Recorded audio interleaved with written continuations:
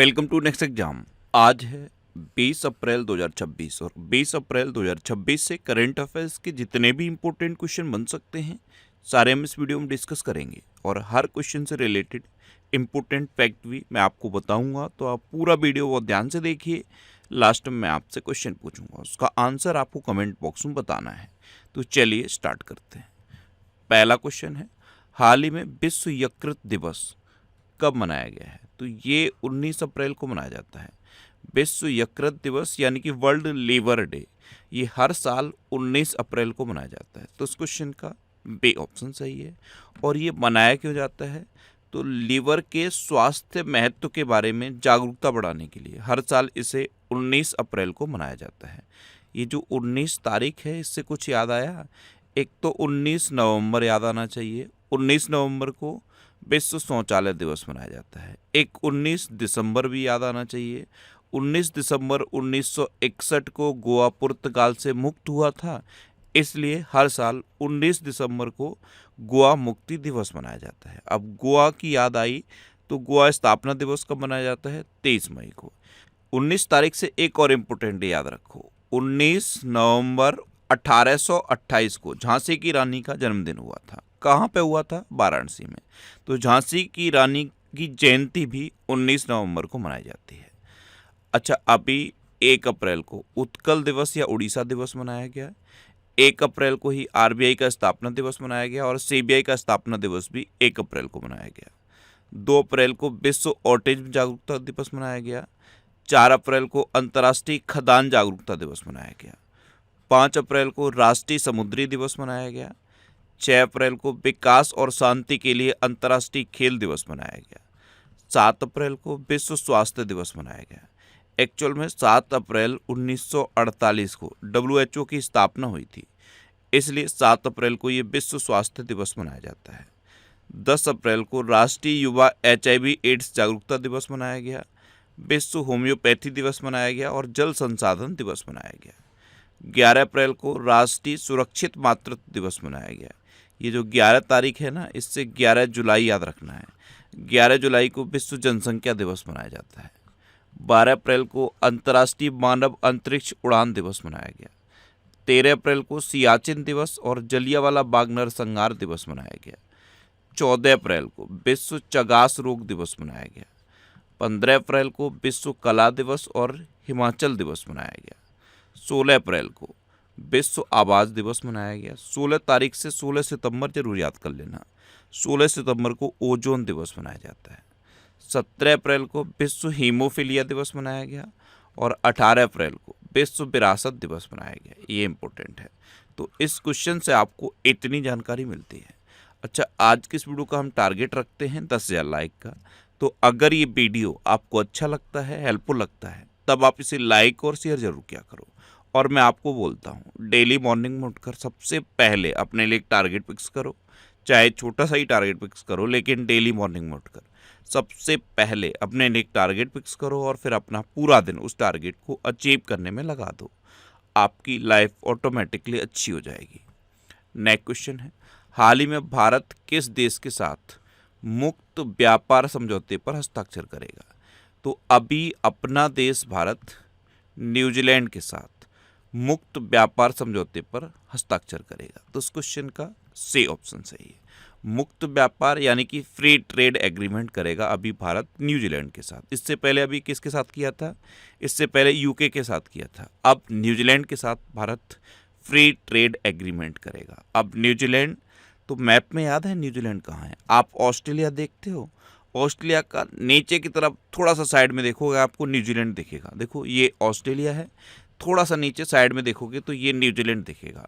Australia से 2 map और याद कराए थे मैंने आपको। जस्ट ऊपर आप देखोगे तो पापुआ न्यू गिनी दिखता है और इसके जस्ट लेफ्ट में आप देखोगे तो इंडोनेशिया दिखता है। तो मैप को इसी तरह लिंक करके याद कर लो। न्यूजीलैंड की कैपिटल है वेलिंगटन, न्यूजीलैंड की करेंसी है न्यूजीलैंड डॉलर और न्यूजीलैंड के प्राइम मिनिस्टर हैं क्रिस्टोफर लक्सन। न्यूजीलैंड का सबसे बड़ा शहर पता है कौन सा है? ऑकलैंड। कौन सा है? ऑकलैंड। अच्छा, न्यूजीलैंड से रिलेटेड एक क्वेश्चन याद है? मैंने एक क्वेश्चन बताया था आपको कि 300 वर्ष पुराना विशाल ब्लैक कोरल क्लिफ ये कहाँ मिला है? न्यूजीलैंड में। नेक्स्ट क्वेश्चन है, हाल ही में उत्कर्ष 2029 नामक मध्यम अवधि की रणनीति रूपरेखा किस बैंक ने लॉन्च की?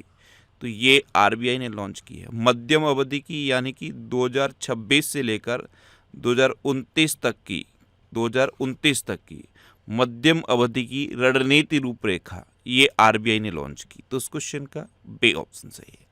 अब आरबीआई यानी कि रिजर्व बैंक ऑफ इंडिया, इसकी स्थापना हुई 1 अप्रैल 1935 को। इसका हेडक्वार्टर है मुंबई में और इसके अभी गवर्नर कौन है? संजय मल्होत्रा। ये 26वें नंबर के गवर्नर हैं। आरबीआई के 4 डिप्टी गवर्नर हैं, doctor Poonam Gupta, S Janaki Raman, T Ravishankar और शिरीष चंद्र मुर्मू। नेक्स्ट क्वेश्चन है, हाल ही में घरेलू खिलाड़ियों को अनुबंध देने वाला पहला राज्य क्रिकेट संघ कौन बना है? तो ये मुंबई क्रिकेट एसोसिएशन बना है। तो इस क्वेश्चन का सी ऑप्शन सही। इसको थोड़ा सा समझ लो। देखो, भारत में जितने भी राज्य क्रिकेट संघ हैं इनको बीसीसीआई कंट्रोल करता है। क्या? Board of control for cricket in India, BCCI इनको कंट्रोल करता है। जितने भी राज्य क्रिकेट संघ है उसमें से ये सबसे पुराना राज्य क्रिकेट संघ है मुंबई क्रिकेट एसोसिएशन। अब इसने क्या किया है, खिलाड़ियों के लिए अनुबंध देना शुरू कर दिया है, यानी कि कॉन्ट्रैक्ट शुरू कर दिया है। अब इसका क्या फ़ायदा होगा? खिलाड़ियों को अभी तक क्या होता था, अपनी फाइनेंशियल कंडीशन के लिए अलग अलग चीज़ों पर डिपेंड होना पड़ता था। कुछ लोग स्पॉन्सरशिप पर डिपेंड रहते थे, कुछ लोग अलग अलग तरीके के काम करते थे जिससे कि अपनी फाइनेंशियल कंडीशन बनी रहे। अब मुंबई क्रिकेट एसोसिएशन ने क्या किया है, कॉन्ट्रैक्ट शुरू कर दिया है। खिलाड़ियों को 3 कैटेगरी में डिवाइड किया है, ए, बी और सी। ए कैटेगरी वाले जो खिलाड़ी हैं उनको 12 से 18 लाख रुपए पर ईयर मिलेंगे। बी कैटेगरी वाले जो खिलाड़ी हैं उनको 8 से लेकर 12 लाख रुपए पर ईयर मिलेंगे और सी कैटेगरी वाले जो खिलाड़ी हैं उनको 8 लाख रुपए पर ईयर मिलेंगे। इससे क्या होगा, वो फाइनेंशियली स्टेबल हो जाएंगे और अपने खेल पर ध्यान दे पाएंगे।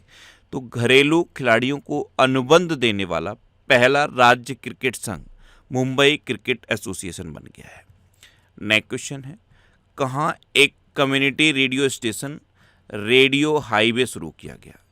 तो ये एक कम्युनिटी रेडियो स्टेशन है और इसको अभी असम राइफल्स ने मणिपुर में शुरू किया है। तो उस क्वेश्चन का डी ऑप्शन सही। देखो, कम्युनिटी रेडियो स्टेशन का मतलब समझते हो, ये एक पर्टिकुलर एरिया के लिए होता है और कनेक्टिविटी को बढ़ावा देने के लिए होता है।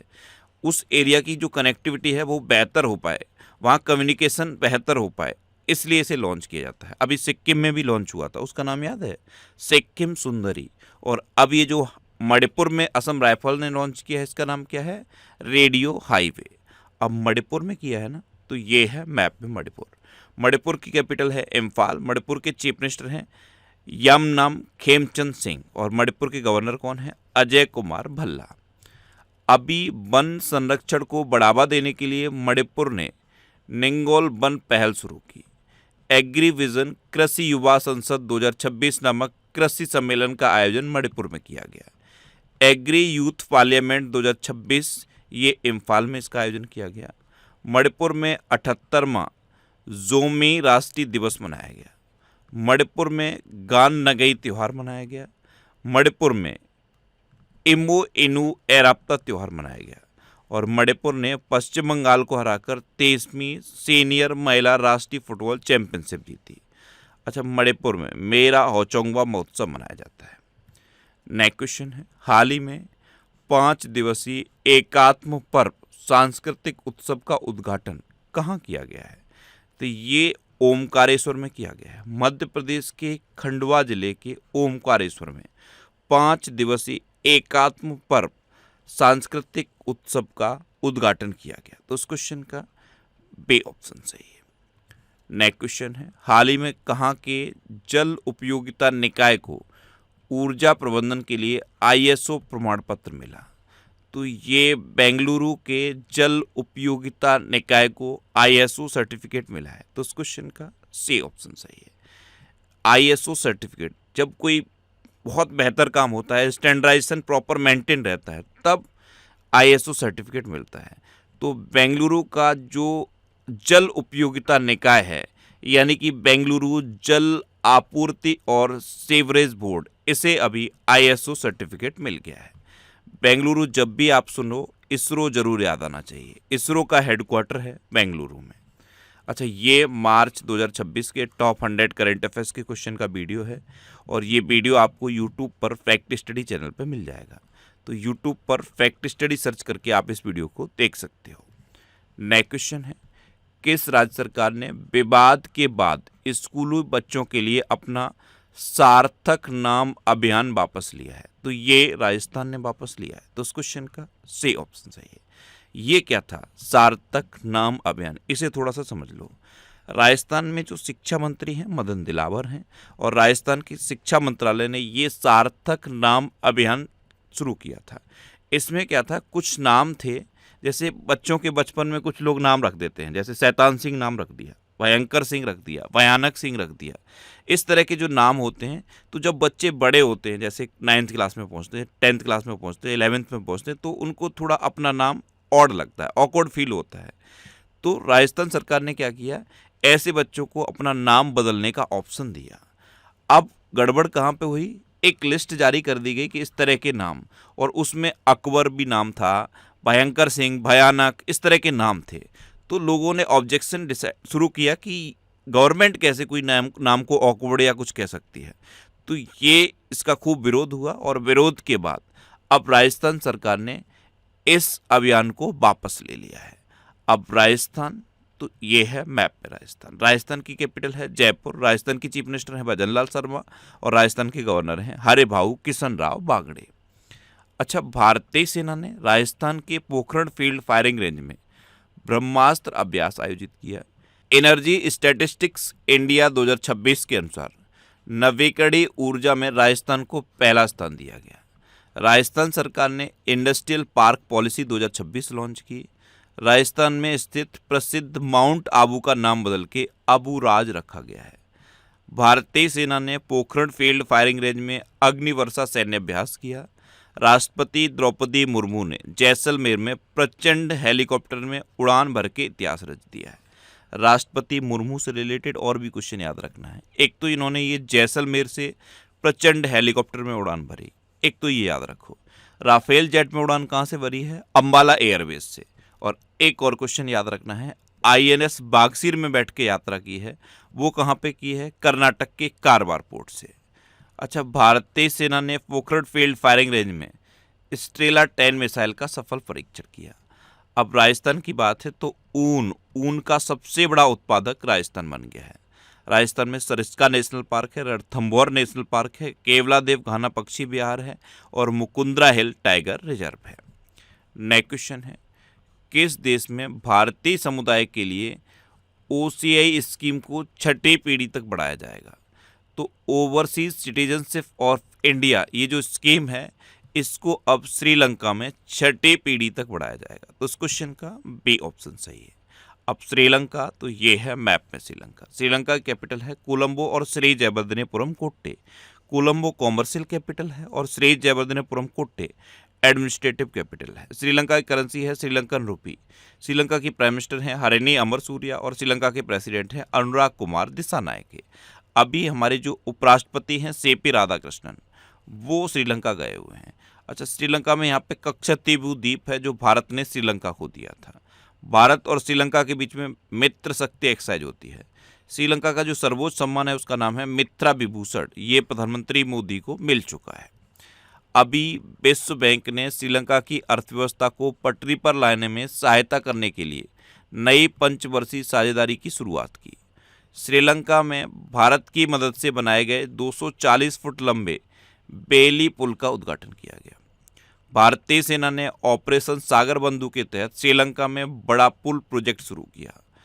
भारत के देवनी मोरी बुद्ध अवशेष ये पहली बार श्रीलंका भेजे गए थे।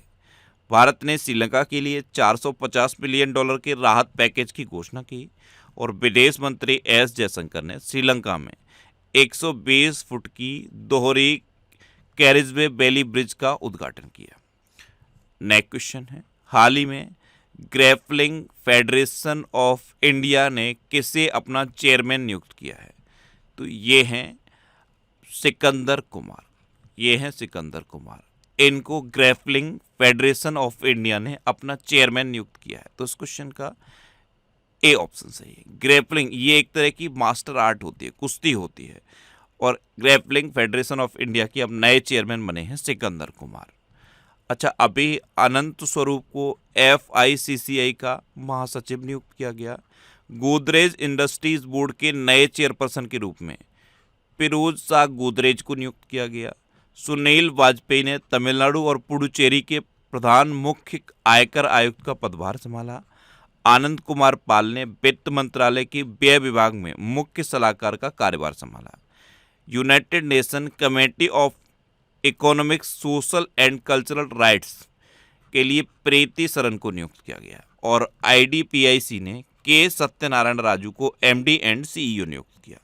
अच्छा, अभी अरब लीग के महासचिव कौन बने? नवील फहमी। कौन बने? नवील फहमी। और एक नाम याद है, सज्जा प्रवीण चौधरी। सज्जा प्रवीण चौधरी पॉलिसी बाजार के नए CEO बने हैं। अब मैं एक क्वेश्चन पूछ रहा हूँ, आप उसका आंसर बताना। आपके लिए क्वेश्चन है, अभी सूचना विभाग के नए सचिव कौन बने हैं? सूचना विभाग के नए सचिव, उनका नाम आप कमेंट बॉक्स में बताओ। अच्छा, ये करंट अफेयर्स की बुक है, इसका ये 11th एडिशन है।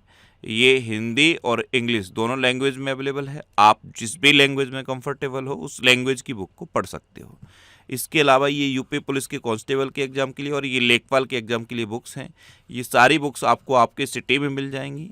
ये जो सिटीज़ की लिस्ट दी है, इस लिस्ट में आप अपने सिटी का नाम देखो और आपके सिटी के नाम के आगे जिस भी बुक शॉप का नाम दिया है आप उस पर कॉन्टैक्ट करो, आपको ये बुक्स मिल जाएंगी। वैसे ये बुक्स आपको अमेजन और फ्लिपकार्ट पे मिल जाएंगी, तो आप इनको ऑनलाइन भी ले सकते हो। नेक्स्ट क्वेश्चन है, किस राज्य ने खासी और गारो को आधिकारिक भाषा के रूप में मान्यता दी है? तो ये मेघालय ने दी है। तो उस क्वेश्चन का सी ऑप्शन सही है। खासी और गारो इन दोनों भाषाओं को अब आधिकारिक भाषा के रूप में मेघालय में मान्यता दे दी गई है। अभी तक क्या था, अंग्रेजी को आधिकारिक मान्यता थी। अब अंग्रेजी के साथ खासी और गारो को भी आधिकारिक भाषा के रूप में मान्यता दे दी गई है। अब मेघालय, तो ये है मैप में मेघालय। मेघालय की कैपिटल क्या है? शिलोंग। मेघालय के चीफ मिनिस्टर कौन है? कॉनराड संगमा। और मेघालय के गवर्नर कौन है? CH विजयशंकर। कौन है? CH विजयशंकर। अच्छा, मेघालय ने अभी अपने दूर दराज के इलाकों में इंटरनेट की पहुंच बनाने के लिए स्टारलिंक के साथ साझेदारी की थी। अच्छा, एक यहाँ पे ब्रिज है जिसको अभी यूनेस्को ने विश्व विरासत घोषित किया था, उस ब्रिज का नाम आप बताओ। ये आज का आपका कमेंट बॉक्स में आंसर बताना है। एक ब्रिज है यहाँ पे जिसको अभी यूनेस्को ने संरक्षित किया था, उस ब्रिज का नाम आपको कमेंट बॉक्स में बताना है। नेक्स्ट क्वेश्चन है, हाल ही में उत्तर पूर्व जनजाति बसंत उत्सव के पहले संस्करण का उद्घाटन कहाँ हुआ है? तो ये गुवाहाटी में हुआ। उत्तर पूर्व जनजाति बसंत उत्सव, इसका पहला संस्करण, इसका उद्घाटन अभी गुवाहाटी में हुआ और नागालैंड के राज्यपाल नंद किशोर यादव ने इसका उद्घाटन किया। तो उस क्वेश्चन का बी ऑप्शन सही है। अब लास्ट वीडियो के क्वेश्चन का आंसर। लास्ट वीडियो में मैंने आपसे क्वेश्चन पूछा था कि मई 2026 में ब्रिक्स विदेश मंत्रियों की बैठक की मेजबानी कौन सा देश करेगा? तो ये अपना देश भारत करेगा। यानी कि इस क्वेश्चन का सी ऑप्शन सही था और लगभग सभी स्टूडेंट ने इसका आंसर सही दिया। मोस्टली स्टूडेंट ने इसके बारे में डिटेल में लिखा। मैं आपको एक बार फिर बोलूँगा, क्वेश्चन के बारे में आपको जितना ज़्यादा से ज़्यादा पता हो आप लिखा करो, क्योंकि जो चीज़ें आप लिख देते हो फिर उन्हें आप कभी नहीं भूलते। कल पहला क्वेश्चन मैंने आपसे क्या पूछा था, छरी ढांड ये किस राज्य में है जिसे अभी वेटलैंड साइट घोषित किया गया है, यानी कि रामसर साइट घोषित किया गया है? तो छरी ढांड ये गुजरात में है। एक क्वेश्चन मैंने ये पूछा था कि किस IIT ने हमारे जो चीफ इलेक्शन कमिश्नर हैं ज्ञानेश कुमार, इन्हें सम्मानित किया है? तो ये IIT कानपुर ने सम्मानित किया। एक क्वेश्चन मैंने आपसे ये पूछा था कि पुडुचेरी में जो यनम है ये किस राज्य में पड़ता है? तो ये आंध्र प्रदेश में पड़ता है। और एक क्वेश्चन ये पूछा था कि चावल का सबसे बड़ा उत्पादक कौन है? तो चावल का सबसे बड़ा उत्पादक अपना देश भारत है।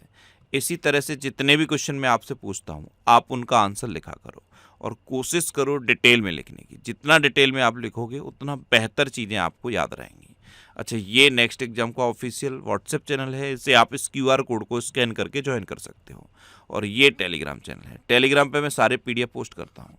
तो अगर आपको करंट अफेयर्स के PDF डाउनलोड करने हैं तो इस टेलीग्राम चैनल को आप ज्वाइन कर लो। इससे आप इस QR कोड को स्कैन करके भी ज्वाइन कर सकते हो। और ये पिछले 12 महीने के मोस्ट इंपोर्टेंट 1000 करंट अफेयर्स के क्वेश्चन की सीरीज है और ये रिवीजन के वीडियो है। ये सब आपको यूट्यूब पर फैक्ट स्टडी चैनल पर मिल जाएंगे। अब आपके लिए रिवीजन के क्वेश्चन। भारत और मिस्र के बीच संयुक्त विशेष बल अभ्यास साइक्लोन का चौथा संस्करण आयोजित होगा। बांग्लादेश ने SAFF अंडर-20 चैंपियनशिप 2026 का खिताब जीता। पहले खेलो इंडिया ट्रैवल गेम्स 2026 में कर्नाटक टॉप पे रहा। और पहले खेलो इंडिया ट्रैवल गेम्स कहाँ पे हुए? छत्तीसगढ़ में। तेलंगाना सरकार ने कैंसर को नोटिफाई करने योग्य बीमारी घोषित किया। वित्त वर्ष 2026 में भारत का शीर्ष व्यापारिक भागीदार चीन बना। महाराष्ट्र सरकार ने माझे गांव आरोग्य संपन्न गांव अभियान शुरू किया। भारत का पहला प्रोटोटाइप फास्ट ब्रीडर रिएक्टर ये तमिलनाडु के कलपक्कम में स्थापित किया गया। माइक्रोसॉफ्ट ने भारत में अपना पहला AI skill centre Chandigarh university में शुरू किया और चंडीगढ़ ये पहला झुग्गी मुक्त शहर बना है। और पहला केंद्र शासित प्रदेश कौन सा था जो पूर्ण साक्षर घोषित हुआ था? वो लद्दाख था। चंडीगढ़ दूसरा पूर्ण साक्षर केंद्र शासित प्रदेश भी बना है। अच्छा, भारतीय सेना ने सिक्किम में सेमा रेडियो स्टेशन सिक्किम सुंदरी लॉन्च किया। नारित AI नामक AI टूल को गुजरात पुलिस के द्वारा लॉन्च किया गया। जिंदल स्टेनलेस स्टील का ब्रांड एम्बेसडर रणवीर सिंह को नियुक्त किया गया। चंचल कुमार ने सूचना और प्रसारण मंत्रालय के सचिव का पदभार संभाला। मेनका गुरुस्वामी ये भारत की पहली LGBTQ राज्यसभा सदस्य बनी। सबसे स्वच्छ पानी के मामले में स्विट्जरलैंड टॉप पर रहा।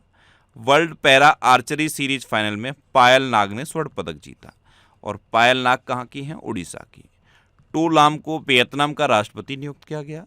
प्रधानमंत्री मोदी ने गांधीनगर में सम्राट संप्रति संग्रहालय का उद्घाटन किया। भारतीय मूल के वैज्ञानिक देव जरीवाला को अमेरिका में प्रतिष्ठित गवर्नर चेयर पद मिला। 25वीं अखिल भारतीय जल क्रीड़ा समूह चैंपियनशिप ये उत्तराखंड के टेहरी में आयोजित की गई। और 1-8 का ब्रांड एम्बेसडर स्मृति मंदाना को नियुक्त किया गया। अब आपके लिए आज का क्वेश्चन है, किस IIT ने AI संचालित खनन प्रणालियों के लिए विक्रम सोडी केंद्र का शुभारंभ किया है? 4 ऑप्शन दिए गए हैं, इनमें से आपको अपना आंसर बताना है। और इसके अलावा हम हमारे फेसबुक पेज पर previous year question daily post करते हैं, तो आप फेसबुक पर नेक्स्ट एग्जाम सर्च करके हमारा फेसबुक पेज ज्वाइन कर सकते हैं, क्योंकि प्रीवियस ईयर क्वेश्चन आपको बहुत हेल्प करते हैं। अगर आपको किसी क्वेश्चन में कोई डाउट होता है या आपको अपने करियर से रिलेटेड भी कोई प्रॉब्लम है, तो आप इंस्टाग्राम, फेसबुक और X पर इंद्रेश RC सर्च करके आप मेरे साथ जुड़ सकते हैं और कोई भी डाउट, कोई भी confusion without any hesitation discuss कर सकते हैं। तो ये था आज का हमारा करंट अफेयर्स का वीडियो। आपको ये वीडियो कैसा लगा प्लीज़ कमेंट बॉक्स में ज़रूर बताना। और अगर अभी तक भी आपने हमारे इस चैनल को सब्सक्राइब नहीं किया है तो इसे आप सब्सक्राइब कर लीजिए। आपको इस चैनल से निश्चित ही मदद मिलेगी। जब भी आपसे सब्सक्राइब करेंगे तो बराबर में एक बेल आइकन बन के आएगा, आप उस बेल आइकन पर जरूर क्लिक कर लें, जिससे कि आपको डेली मॉर्निंग में करंट अफेयर्स की वीडियो मिलती रहे। Next exam always with you. Thanks for watching.